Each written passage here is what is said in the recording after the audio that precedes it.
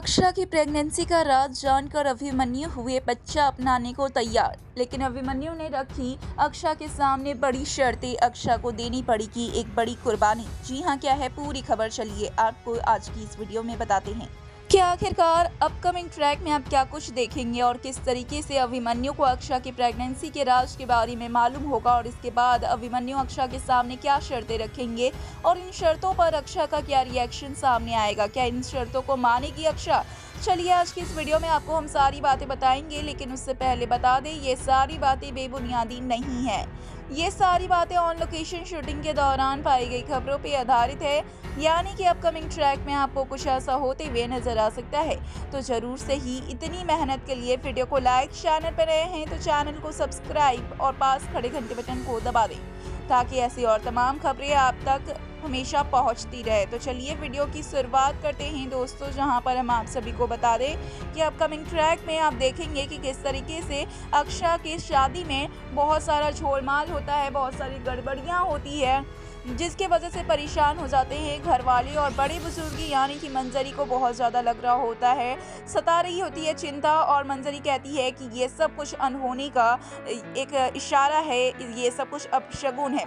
वहीं पे इतने में अक्षा की तबीयत खराब होती है, अक्षा को रियलाइज़ होता है कि कुछ गड़बड़ है। अक्षा टेस्ट करती है और अक्षा प्रेग्नेंट निकलती है।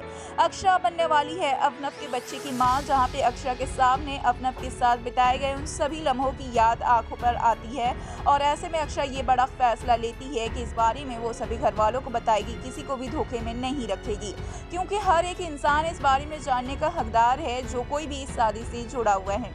सबसे पहले ये सच अक्षा अभिमन्यु से बताती है और अभिमन्यु ये फैसला लेते हैं कि वो किसी भी हालत में इस बच्चे को जन्म देने देंगे, इस बच्चे को अपना नाम देंगे। वहीं पे हम दूसरी ओर देखेंगे कि मंजरी इस फैसले की पूरी तरीके से खिलाफ हो जाएगी। मंजरी कहेगी कि अक्षा अभी अबॉर्शन करवा सकती है, इस बच्चे को एक्सेप्ट करने की कोई ज़रूरत नहीं है।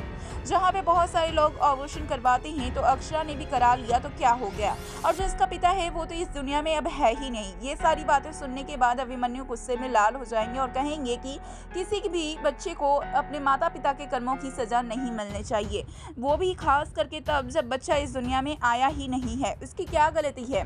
और ये सारी बातें कहते हुए, तर्क देते हुए मंजरी को नजर आएंगे, लेकिन फिर भी मंजरी पूरी तरीके से अब भी खिलाफ रहेगी। वहीं पे अभिमन्यु अपना फैसला अक्षा को सुनाएंगे और बताएंगे कि किसी भी हालत में अक्षा को एक्सेप्ट करने के लिए तैयार है अभिमन्यु, और साथ ही उसके बच्चे को भी एक्सेप्ट करेंगे, अपना नाम देंगे, क्योंकि अभिमन्यु को मालूम है कि एक बार अवनव ने अभिमन्यु का बच्चा एक्सेप्ट किया था, उसका बच्चा पाला पोषा था, और अब बारी अभिमन्यु की है। ये सब कर्मा है और कर्म का चक्र फैलता रहता है, घूमता रहता है। जहाँ ये सारी बातें सुनकर अक्षा और भी ज़्यादा खुश हो जाती है और अक्षा पूरी तरीके से रिलैक्स हो जाती है।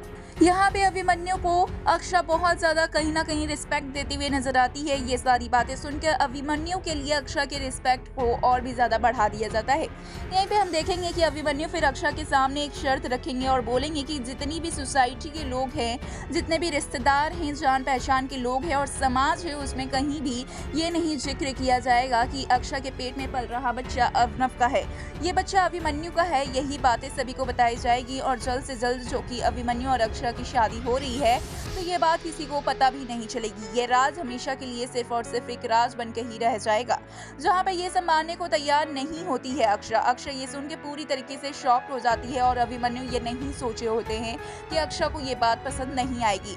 अभिमन्यु अक्षा के सामने ये शर्त रख देते हैं और कहते हैं कि इस बच्चे का राज कभी भी किसी के भी सामने नहीं आएगा। जितने लोग जानते हैं, जो कि परिवार के सदस्य हैं, बस वही जानेंगे। और यहाँ पे अक्षा पूरी तरीके से सोच में है कि आखिरकार क्या फैसला ले। क्या लगता है आपको? हमें कमेंट्स के जरिए जरूर बताएं।